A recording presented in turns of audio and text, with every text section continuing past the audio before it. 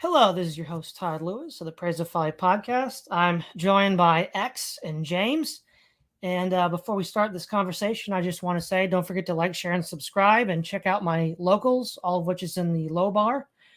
So before we get this conversation started, X, why don't you sort of explain how we met? Sure, yeah, I could do that. I was just in some group chats, and one of the guys, Pride Virtue, uh, posted something where he was saying, "Hey, I'm doing a live stream or something with this guy named Praise of Folly," and I looked at his channel and I see a lot of history stuff. So I'm like, "Hey, I'm really into history. Maybe we can set something up. Maybe we can do a video together." And that's exactly what happened. And you were like, "Yeah, let's go for it." And then I knew James for a while, so I just thought it would be a good idea if he came on. I won't speak for him, but that's basically how I see it. Where he knew a lot about the topic too, so I just invited him, and you two were okay with that. Yeah, that sounds great. So the discussion for tonight is the Industrial Revolution and its consequences. For those of you that haven't already seen it, though I know you have, X, I was on Morgoth's Reviews podcast about a month or two ago, and where I talked about the what I call generally the machine, which is the entire industrial process itself. And there were basically sort of four criticisms that I have of it from the sort of like top-down theoretical perspective. So the first one is from Jacques Ellul's On Technique. He was a middle 20th century French philosopher of technology and social relationships. And one of the key thing here is his definition. Technique, which is more than just technology, implies the pursuit of efficiency above all else. So not just efficiency in mechanical operations, but efficiency in human arrangements with a goal to some sort of production. Now, one of the side effects of that is that it's a radical hollowing out and leveling of society because intermediate social structures and organizations stand in the way of this efficiency. And what the machine wants is what Ellul calls social plasticity, which is the idea that people don't have any intrinsic identities, so they can be shuffled around from one part of the machine to the other without putting up a fight by being rooted. This completely deracinated cosmopolitan cog is the goal, rather than someone rooted in a history, a culture, a religion in the land. And I think that's a lot of the alienation, to use a Marxist term, that we're dealing with is the result of the machine itself. And then we have Thorsten Veblen, an early 20th century sociologist, in his theory of business enterprise, his idea called the machine process. And the machine process is the idea where it's best defined by what it's contrasted against. So a natural process are these processes that occur in nature. So for example, let's look at the example of a farmer. A farmer is going to have to pay attention to the seasons, to what time to plant, what time to sow, what time to reap. He's going to have to pay attention to wildlife. Are they going to eat his crops? Whereas that's, let's say, a farmer of 1,000 years ago. A farmer today, with the modern machine process, is creating these controlled steps along a whole chain of production, where each step is tightly controlled by these interstitial adjustments of engineers and technicians to make sure that the process is continuous all the way through. Obviously, you can't control natural processes like that. So natural processes are inhibitions to this. And of course, shoving men into this situation is radically dehumanizing and then disconnects us from anything real. It turns us into lab rats of sorts. And we have the idea of Ivan Illich and his idea of the three ages of tools. So prior to the 13th century AD, he has what we call the organal age of the tool. And so for him, the best way to describe organon today would be if we look at like a samurai film or a samurai themed show, where it's the way of the warrior, the sword and the warrior are one. The sword is the extension of the warrior. The idea that anybody could use a sword who isn't a warrior doesn't really fit in. So these two come together to create one new organism. hence organon or organ. That was the original way tools were used. And there was the, due to scholastic speculation, the idea of intent was now imbued in the tool, not the user, which he calls the age of distality, which goes from 1300 to the 21st century, where we have the tool is the thing that has the intent. So a sword cuts and anybody can cut with a sword. That would be a good example of that would be Rey in episode 7. She has no formal training in the use of a sword, but all of a sudden, because reasons, she can fight, a Sith Lord with it. And then we have the age of system, which is what we're in now, where now man is a subcomponent of the broader system. And that's what Illich is concerned about. And then lastly, with people like C.S. Lewis, and who's a Christian philosopher, and J.S.C. Fuller, who was a British military analyst in general, commenting in the middle of the 20th century, is that with the rise of this technical class, they imbue elites with such power that they can then rule populations without having to give any consideration to the will of the populations. And of course, then end up capturing the politicians themselves, since the very power of technology and industry that these states rely upon in order to maintain their authority and control is actually held by these technicians who become the real power behind the throne. And so this whole sort of overview of a critique is that the machine itself, and I would argue it's not just capitalism, it's not just communism, because what they share in common is this machine process, which is why there's certain convergence points between the two. That is really the great threat and danger we're dealing with. So I'll start with you, X. What are some of your thoughts on this machine problem? Yeah. So regarding the machine problem, right? You've laid out the four main points: efficiency at the cost of social plasticity, uh, have building an insulated industrial world that's kind of separate from the outside world, uh, man becoming an extension of the machine, and a techno bureaucratic process. And all of that is something that I've always talked about on my channel. So, you ask me what are my thoughts on that. Well, I mean, I have lots to say, which I'll unpack, but I think the underlying essence of this, right, is something that you said, where we are, to use the Marxist terminology, right, we are becoming more alienated, because in the first example you gave, we are becoming uprooted, right? We are no longer connected to some kind of context, right? We live in a contextless vacuum. We are alienated because we are now separated from the real world, because we have created our own hype.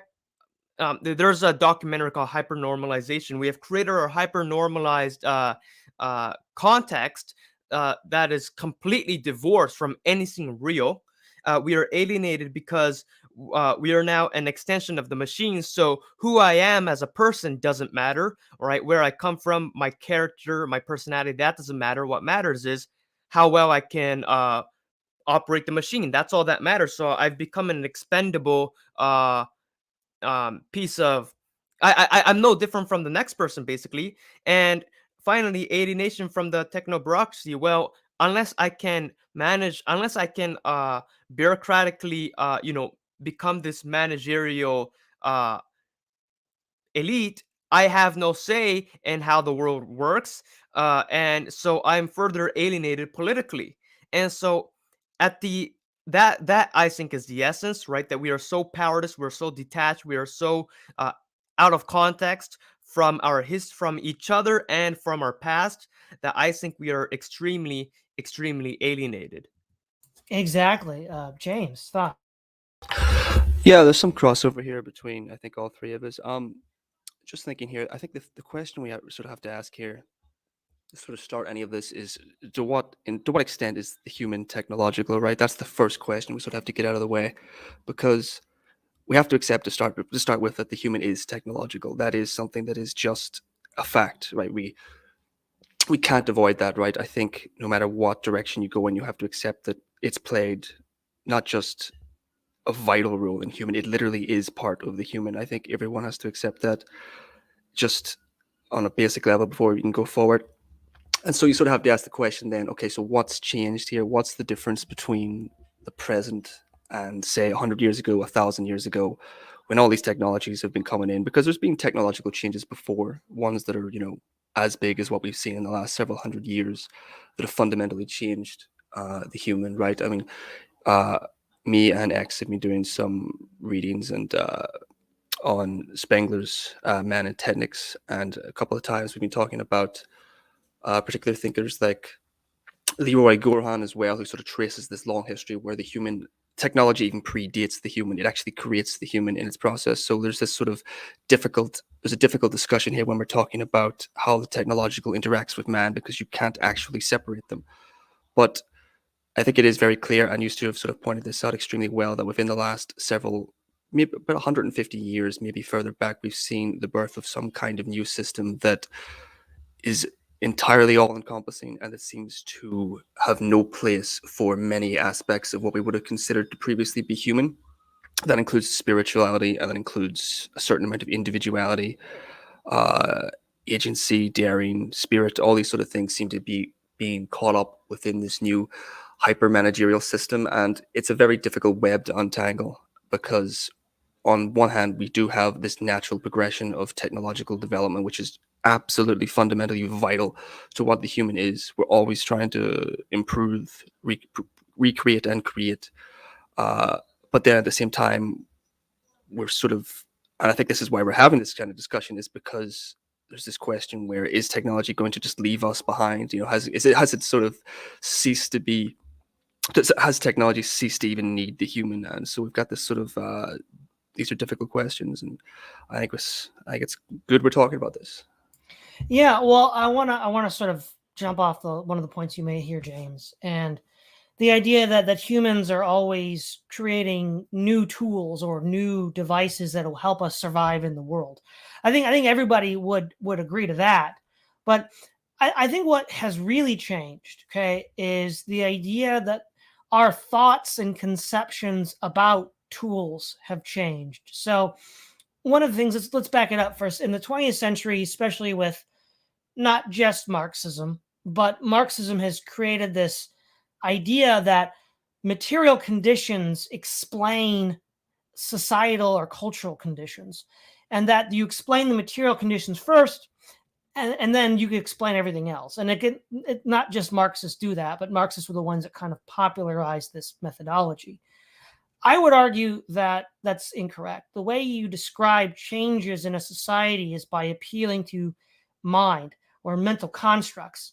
So, the theory of the origin of modernity that I believe to be the most compelling is the idea that Machiavelli, with his shifting of the focus of morality from something where you try to enforce norms based on either natural law or divine revelation, even when it's not apparently practical or not in conformity with how humans normally behave.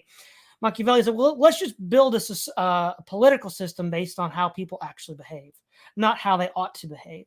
And then from there, we have Sir Francis Bacon and his On the New Method, where he says that his entire view of the natural world, the scientific method he's creating, is rooted in Machiavelli's pragmatism. He says directly, we're just applying Machiavelli's theory of convenience to our view of nature. And I think it's this change in the view of nature and man's relationship to nature, which is one of the key elements that affects how all this has changed. It's C.S. Lewis in The Abolition of Man says that what we call nature is that which has already been conquered by the scientist. Anything that has not yet been conquered is not called nature. It's something that we have already first conquered. So that nature is this sort of sign that we give to something that we've already conquered and subjugated. And that process begins with Bacon, which begins with applying a sort of Machiavellian concept to reality. And I think that's on one hand. And on the other hand, I think what Illich shows us is that by relating to tools differently, yes, there was technological progress from the Stone Age to, say, 1200 AD with like the wheelbarrow in Western Europe. But it was slow, gradual, and generally not at the expense of the natural order. But what has happened, though, with the idea of distality, which I guess you can argue is a precondition for treating nature as something you can conquer, those two changes in ideas created a new space for a modern material physical world to develop as we've seen it. X, do you have anything to say about that? Yeah. So I think the consequence, well, not the consequence, but the root of the consequence here is mankind, humanity as a general, has become part of the very nature that's being conquered, right? So if you want to talk about, okay, so you're saying, well, anything that we designate as nature is something that we've already subjugated, right? We've already, we may have not subjugated every, tree, every living organism, every wind, every, natural thing, but we have placed a conceptual perimeter where we know what happens, we know how to predict it, we know how to react to it, and so we have continuously and progressively placed our tendent proclivity to control it, right?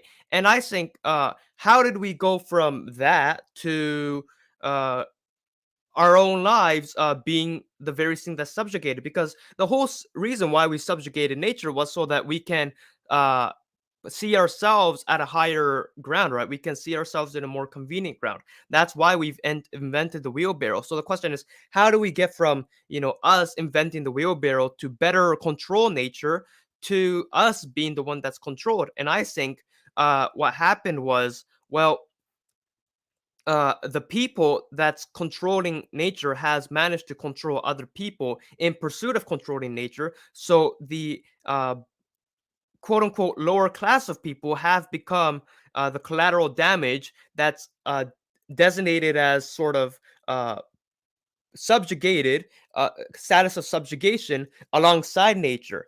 And so I think that that is what changed, because when people ask, well, we've always had technology, so what? Yes, we've always had technology, but what changed was the designation of people as a means to an end to subjugate nature.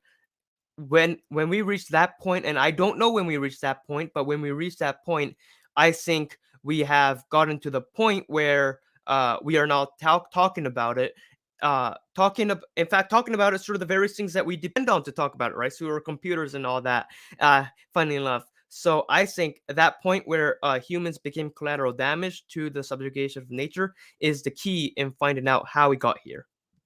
Oh, exactly. And C.S. Lewis in The Abolition of Man says man's conquest of nature turns out in the moment of its consummation to be nature's conquest of man. And what he means by that is that when we've wiped out all of those elements that make us man by reducing man to that thing that we conquered, nature then reasserts itself. James, any thoughts?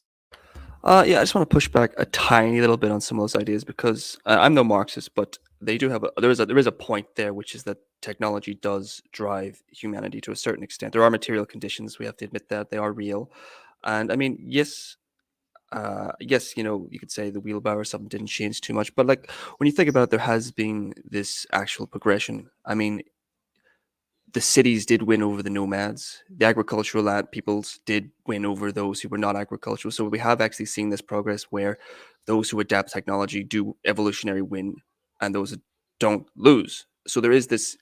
I don't. It's not. I don't want to say this is not a hard and fast theory. This is not 100%, but there is a truth there that those that accept these changes do actually survive and advance, and those that don't, also they lose. They're not here. Like, I mean, there is a reason why the human survived and the Neanderthal didn't. There's probably a good reason for that, and it's almost certainly technological.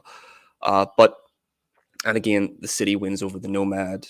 The bureaucrat ultimately wins over the warrior. This is sort of the things that we discussed X in sort of our younger talks, where ultimately uh, by the time you get to the First World War, even before then, actually, you saw this hints of it in the American Civil War, and before that, mass. If anyone's ever seen the Last Samurai movie, it's not a great movie, but it does have that nice point where you do see these warrior class now just being destroyed by peasant armies because this is how technology goes. So there is a driving force to it. that has to be acknowledged. It does advance humanity, and it's a hard one to argue with because again, kind of like sorry about that, kind of like the theory of evolution, it just sort of operates. But I mean, that'll do for now.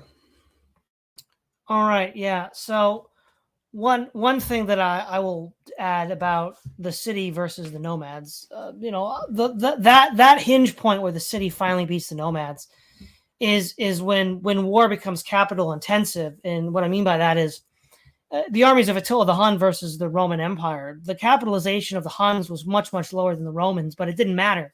The amount of capitalization the Romans had, the technology wasn't so decisive that it gave them a key victory over the Huns. Only with the advent of gunpowder, which coincides around the time in the West when the scientific method is being developed, is when the city finally does take over. But I think the relevant question here is, though, if we look at the Soviet Union as an earlier iteration of this machine process, and going even further and saying that the failure of the Soviet Union is not just or not only a failure of socialism, it's a failure of the machine process taken to its logical conclusion, which we can see with these absurdities of quotas.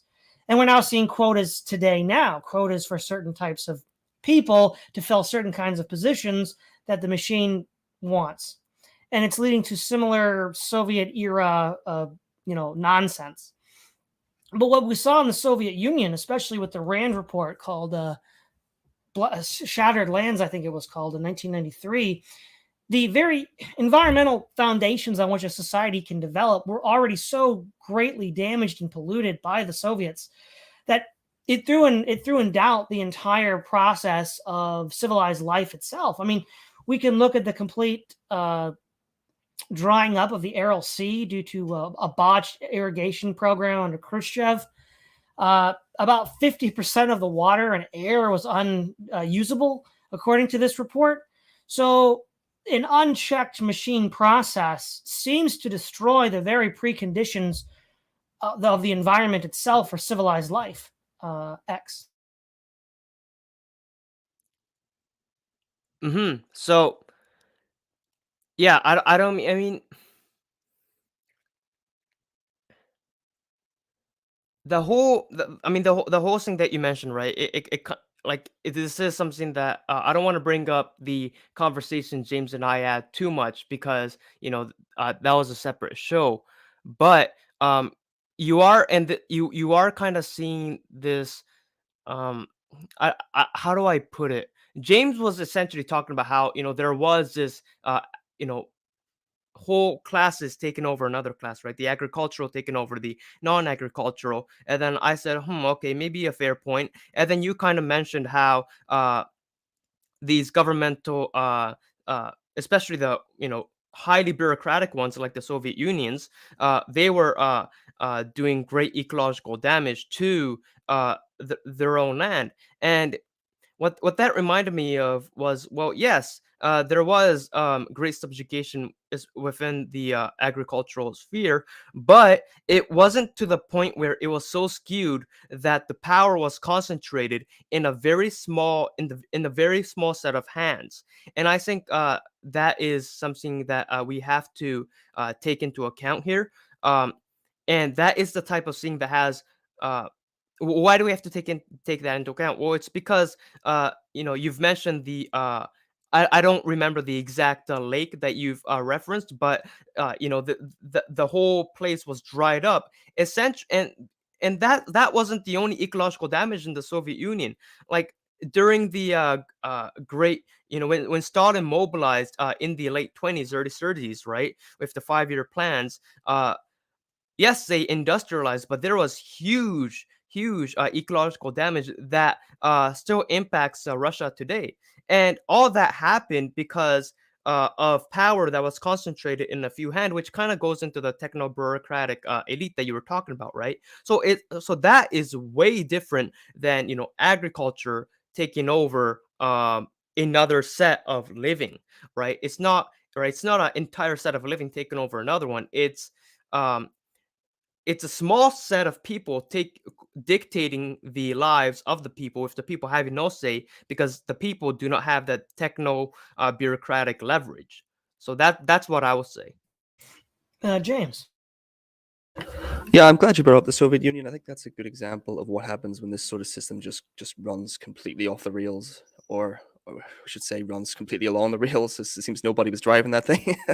But yeah, because I think we're getting closer to sort of my general feeling on this, which is sort of half and half. It's like because on the one hand, as I said, the human and the technological, I think, are totally entwined, but at the same time, we can clearly see, and this became very clear around the uh, late 19th century, that this thing is now far bigger than it ever was, and it's far more dangerous and it's far more possibly destructive. So it's like, how do we build systems that can actually come to understand this, and how do we find something that can actually check this, right? I think that's the real problem, is how do we find something that can keep this in its balance? And for me, that thing has to be spirit, as I sort of call it. It has to be some sort of general feeling, general understanding that's not, it doesn't come from these same sources, right? It's not mechanistic, it's not materialistic, it's not going to run on these same lines. It's a power from a different source, and it's also a power that can actually match it, I think, in terms of its ability to actually get things done. Because when you think about that, is what technology and industrialization actually is. It's the ability to organize people into mass systems, countries, whatever, empires. Even if you look at the Soviet Union, mass mobilization. So if you have something that's able to, in a sense, achieve something like that without using those systems, I think you can actually achieve some sort of balance, or at least have some force present in your society that can actually check it. But that's very distant from us now, unfortunately. Yeah. There's a couple points I want to jump on. One is back to this idea of the technological elite. So when you look at the agricultural revolution, which a lot of radical environmentalists will point to as the beginning of the end, which led to cities and urbanization, and then you were pointing out, X, how that's still fundamentally different than what happened with the industrial revolution, say 200 years ago. And I think one of the key differences is that agriculture with farming did not necessarily centralize power in the hands of a few people. So if you look at ancient Greece and Rome, when they were democracies and republics, you had this idea of homesteading and small stakeholders who were living with the subsistence agriculture and raising of livestock. We saw this on the American frontier. In some sense, it still is possible to use that technology, for lack of a better word, uh, as a way to be organically build up from the bottom. But with the Industrial Revolution, it's now building down from the top. The other thing the Agricultural Revolution didn't do that the Industrial Revolution did is it didn't give those in power new powers such that they could wipe out all life on Earth. I mean, we have nuclear weapons, biological weapons, chemical weapons, as well as genetic engineering, which, of course, Michael Crichton warned us about in Jurassic Park, which he thought was even more potentially dangerous than an atomic bomb. Now, all of these new technologies, or even like the rise of AI, have the potential to completely destroy everything. And I think the Soviet Union and its collapse due to the environmental, in part due to the environmental degradation that it imposed on Eastern Europe and Siberia, is the result of this. And as to your point, James, about spirit being as powerful or more powerful than the machine, I think 2021 in Kabul shows us that the spirit of the Taliban, the unbroken spirit, triumphed over the U.S. military-industrial complex.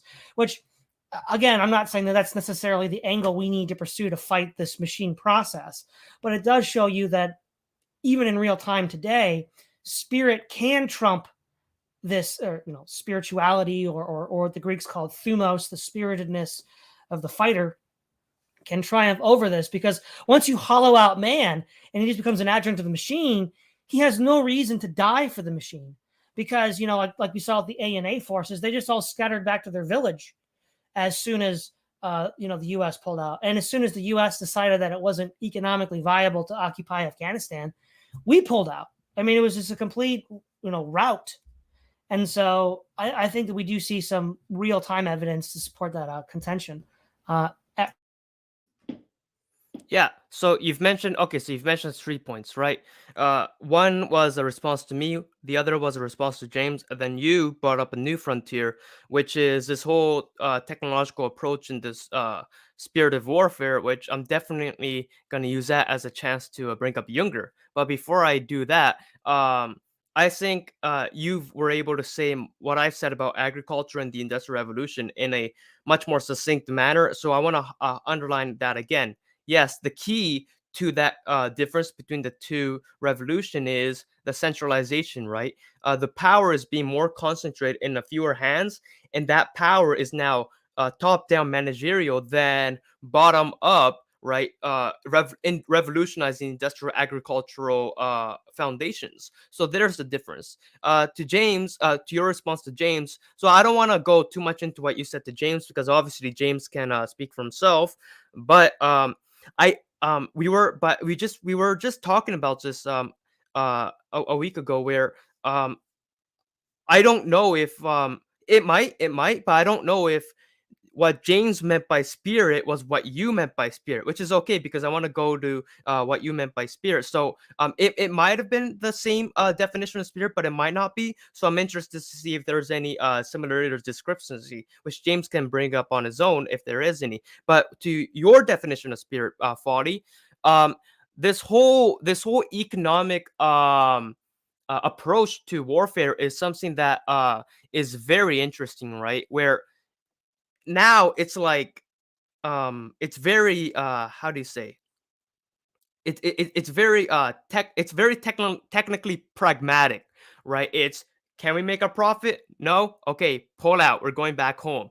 And there is this lack of what Junger really lamented, right? So Junger, he's going to World War One, and he was that's exactly what he found out, right? Part of it was the whole economic mindset that drove World War One, right? It's, how many times can you bring a handful of soldiers to the other side and just go have them go through like a slaughterhouse, when what Junger hoped for was more of that spiritedness that I think you're talking about, right? Where, Junger was hoping for that like bravery. How can courage shine in the battle and be like a hero on the front lines?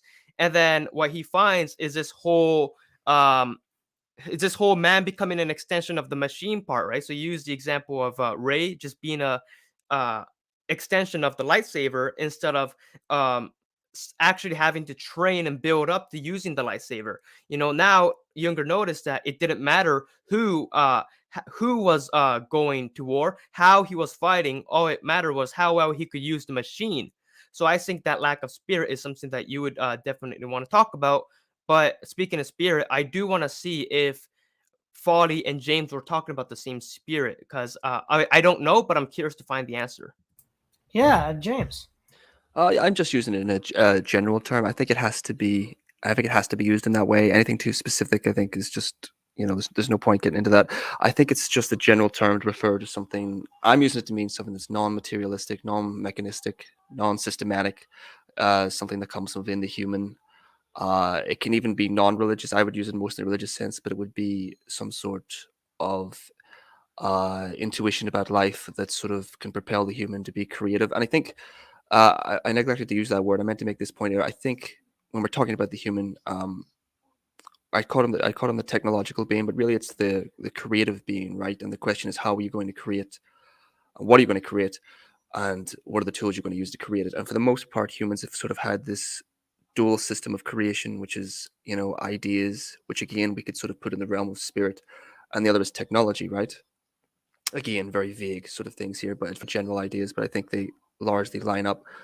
And you have these two forces, and they play out back and forth, right? I mean, you have had periods, nothing quite like this. We have had periods where, and societies which had been more technologically, uh, and I'm using technology there to also mean things like language and systems, right? China has had times of periods where it's been extremely systematically ruled, uh, and it's also had high technology as well, and very little what you could call spirit, right? And vice versa. And then in the West, it's been vice versa too. So we have seen these back and forths uh, in society. But that's just my point there on spirit. I won't ramble too long on that. Right. Now, an earlier point you'd made, James, is what could we use to balance out this machine that's engaged in hypertrophy? And I think one of the things that we can talk about, at least at the individual level, since there really isn't any sort of organized body of people that are pushing back against this process, is the cultivation of like the inner man, the inner spirit of man. So instead of just consuming the products mindlessly that the machine produces, obviously man needs to consume some things to survive. They need to consume food, water, those things you really can't do without. But limit your consumption to, in a modern age energy, so electricity and natural gas. But limit consumption to a bare minimum. Unplug as much as you can from these apps and subscription based services, and instead develop one's intellect and soul by reading history, philosophy, literature, and not needing the machine less. Because the first problem we're going to have is so many people are wrapped up in the machine that they are rapidly coming to the point where if they unplug, they'll die. And that's the first thing that has to be dealt with. You have to begin unplugging from the machine before the machine either destroys itself, which I think is a real possibility, as it did in the Soviet Union, or something worse happens. And so, and in addition to the sort of spiritual development I've just discussed, also, taking responsibility for your diet and exercise. I mean, most people today, if they had to work under the workload of 1850, would probably just die because life was so hard back then that they wouldn't have the strength to do even the most menial of tasks. And if we expect to live without the machine or build a movement that would resist the machine, we have to be able to live without it. X. So you mentioned this whole idea where we kind of have to take a step back and kind of unplug ourselves from the uh, machine. But I think there is this is very interesting that you said this, because it opens up the whole debate, right? Do we go the minimize the use of technology route in when we continue with our lives, right? Do we minimize the amount of technology that we use, or do we go for a more responsible approach while using technology? And I think just I mentioned this whole caveat because you talk about how, okay, so we need to maybe log off and work on our diet more, but you could argue that the same mindset that you're using to use technology when you're logging on or when you make a technical task is the same mindset that's behind dieting. Is the same mindset that's behind reading or writing, where yes, you can read for the sake of reading, but I fear that oftentimes when you're logging off and you're reading or you're dieting, you're still using your books as a technological tool. You're using your diet as a technological tool. You're still having quotas. You're still having, okay, let's schedule when I could eat this or that. Let's measure how many calories I'm consuming, right? It's you yes, you've logged off. Yes, you don't have any electronics, but you still have that same technical mindset. And maybe that's not enough, right? Maybe you have to, maybe it's not what you do, but it's the person that's doing whatever he does. So, for example, just until recently, like just until 5 years ago, maybe in Japan, the people still had like literal flip phones. Um, Very high tech, right? Japan's very known for being technical, right? And regarding technology, or regarding what I said, which is the technical mindset, right? Known for being very punctual and things like that. That doesn't always, right? So being punctual doesn't necessitate conventional forms of technology, but you can still say it's technical. And yet we still have flip phones because, well, maybe it's because the mindset that's using the phones didn't need 10,000 apps. It didn't need 500 games and 20 different social media apps, right? You just needed to call and text. Now we have iPhones a lot of the times, but I think my point still stands, right? Is it enough to log off and plug out and just read a book or work on yourselves, or should we change the mindset that we use when we are using technologies, just as if we change it when we are reading or writing or dieting? James. Yeah, this is sort of this is where it sort of gets us to the sort of tragic element of this. And you really do have to take a tragic view of the human if you're gonna, if you're going to stay sane, because there really is no other way of looking at it. Um, yeah, like we're in this one way or another, right? There is no saying goodbye to technology, not even modern technology. It's going to be here, and any system that survives into the future is going to use it because it's just massively more powerful. There's literally no going back. It's funny. I was just reading this morning. I was looking over a book of the history of the right wing in France. I think it's literally called 1815 to De Gaulle. It's just fascinating to watch how the right wing in France starts with being like ultra royalists, and by the end of that century, they're basically ultra nationalists. And it's like that change was purely technological, right? That was the birth of the technological entity known as France, right? Which before it was not France, before it was a kingdom. At the end of that century, it's a country, and there's no going back from that, and it's never going to go back. And that's a technological change. And if you don't get on board with that, then you suffer the fate of the French royalists who are just gone. You know what I mean? So there is this difficulty where it's like, right, we have to accept that the human is technological, that technology brings power. And if you don't accept those two things, you might as well just, call yourself a dodo and just, bury yourself on the ground now. But it is my belief that as you mentioned with the Soviet Union, and I think we can also see this with China now and several other states, that when you pursue, this is the thing, right? I think we sort of feel that technological development has to go in one direction. Now there is, I'm still undecided on this, but there does seem to be a natural evolutionary path of technology.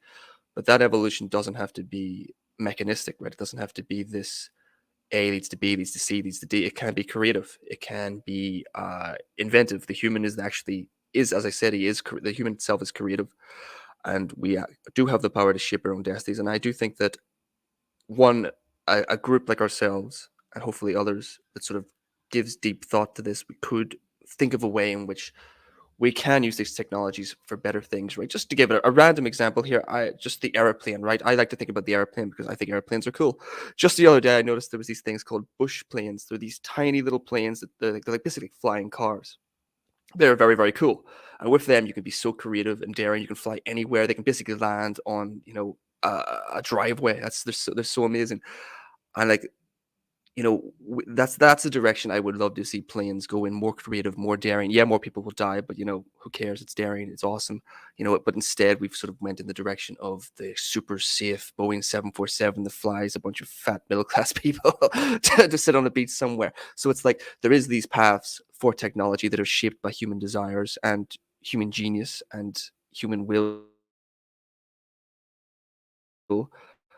And I don't see why. I don't see any other path other than infusing this sort of technology with our spirit and doing what I think the human has always done when it's at its best, which is mix the spirit with the technology and build awesome things. So yeah, a couple points here. I think the first thing I'll say to X is what I had said earlier was more of a preliminary, like view it as like a detox. Like if you've had too much alcohol, it doesn't necessarily mean you have to quit. I mean, if you're an alcoholic and you can reform, moderate amounts would be fine. But until you can get to that point, I think you should detox completely first, and then see if you can develop the willpower to not use it. But yes, to your point about thinking about it differently, I don't know what this would look like, and this really is an open question. But I think what needs to happen is, in one sense, turning the clock back isn't really going to happen, at least not in the way people think it will. So, for example, somebody in 1775 could have said, "Oh, republics in the modern world, are you crazy? We're all monarchies now." That was a classical thing. And then the United States starts a train of events which leads to the abolition of monarchy throughout Europe, which does seem to be the restoration of an ancient idea, um, but is restoring the idea of an organal use of tools, the historic relationship that man has had to tools, as outlined by Illich.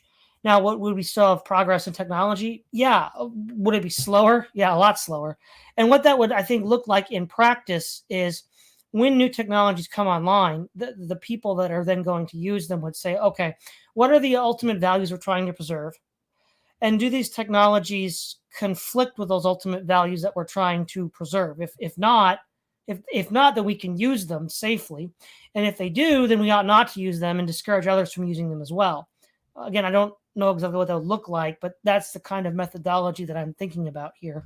And I guess then the other question is, when we look at the idea that X is here to stay, I'm somewhat skeptical of that, because throughout history, whenever there's an ascendant paradigm, whether it's a paradigm of statecraft, like say monarchy in the 17th century, or a certain religious paradigm like Christendom, they'll say it's here to stay, but then there's a key event in history where it's gone, and you can't imagine it ever coming back.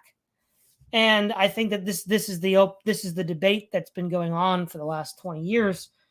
To what extent is modern technological society reliant upon oil, and to what extent is a reduction in the supply of oil fatal to that system? Some would say it's completely fatal, in which case it would go away. Others say, well, no, we'll find something else. And but again, that's the open question that's going on. So first, Can I just yeah. jump in now? So just I think yeah, when we're tracing this, one thing I've sort of noticed and learned from other good thinkers on this topic is basically the thing that we can trace about history is that power comes from centralization, right? Every single technological jump that's being here to stay is basically centralization, right? So you, first of all, you move into the cities, they centralize. You move in, then move into kingdoms.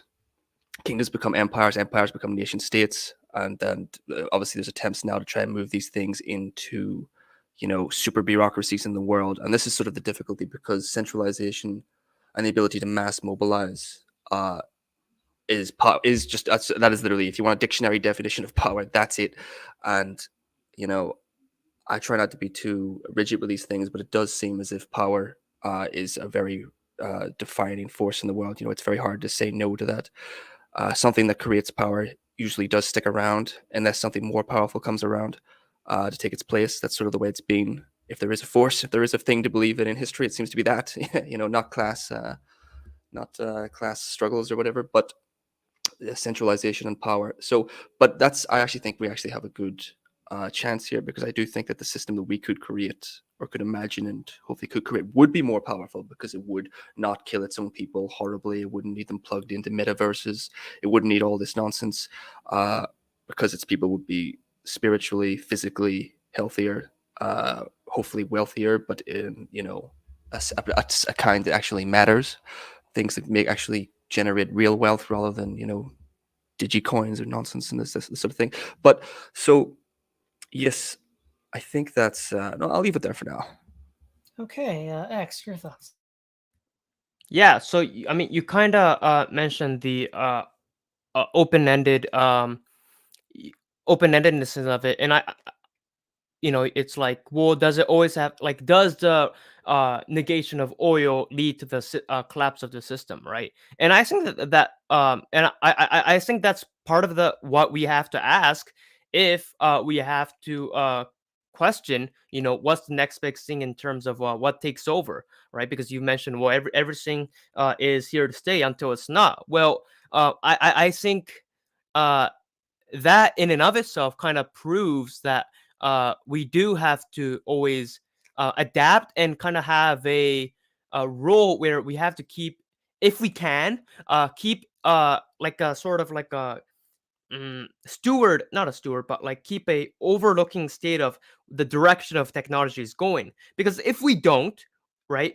If we don't, then if we cannot find an alternative to say oil, right? Then it's like, well, we're screwed, because we have no alternative. So one thing that I'll say as well, which I would argue leads me to believe that this modern machine system is nearing the end of its life cycle, is one, when we look at the libertarian author who did, oh crap, I can't think of his name right now. I'll bring it up. The knowledge problem, Hayek. Hayek said that the higher up a bureaucracy you go, you won't. The problem is, unless you devolve decision making down to lower levels, the time it takes information to get from the people who gathered it to the people who need to make the decision takes so long that by the time they actually make the decision, the situation on the ground has changed so much that they can't actually. It's now out of date, which was his argument against the centralized planning of the economy. But I think you can also view that as a centralized planning of almost anything. I'll use Afghanistan, for example, centralizing the control of that conflict on the part of the United States, I think had a lot of those same problems. And then the other problem that I think is going on, and this also happened in the Soviet Union before it collapsed, is if we use the schema provided by Baudrillard of the 4 levels of simulation, level 1 being a roughly and roughly accurate portrayal of something real but is not real itself. And then level 2, hiding something that is there. Level 3, hiding something that is not there. And then level 4, simulacrum, something that does not point to anything real at all. The level of the hyper real, which only points to itself. The people who run the US right now seem to be living in the realm of the hyper real, where they're only making decisions within a rubric that points back in on itself, completely ignoring what he called the desert of the real, which we'll call Afghanistan. And the desert of the real in Afghanistan was not at all what the policymakers in Washington thought it was. And they were not only having this lag of information decision, they weren't even within the proper mental space to make meaningfully correct decisions to deal with what was going on the ground in Afghanistan. I'll hand that to you, X. Yeah. So, if you want to use examples in Modern Warrior, can you use examples 100 years ago, right? So, I think the best example of that detachment between central authority and what's actually going on the ground level would be in recent history World War I, right? That's the classic example. And so, yes, there is this problem of um, um, this whole centralization, but let's kind of expand our bird's eye view a bit, right? Because we're talking about the duration and adaptation and management of society as a whole. And then because we're thinking on that level, we are talking about, well, is centralizing good? Here's its problems, here's what happens, here's this and that. But what if we kind of switch the dimensions a bit, right? What if we kind of play around with the rules and kind of take for granted that society is going to be this way or that? And what I'm trying to get at is there a way where, regardless of society falling or not, regardless of it being this way or that, is there a way for the individual? And when I say individual, I don't mean any individual, but for any uh, competent individual, something that who can rise up to the task. Is there a way for him to transcend the very um, rough turbulences of society? Can he survive the um, technological ups and downs and catastrophes that may occur? Because I think if we can answer that, then we can, to some degree, forget the question of societal management, assuming that we can live without it, right? And if you're very conservative, if you're very social conservative, of course that's not a question, right? Of course you're not going to say, whoa, we can forget the well-being of a society. But if we can transcend beyond that, can we, as Jungers say, can we take a more anarchic position?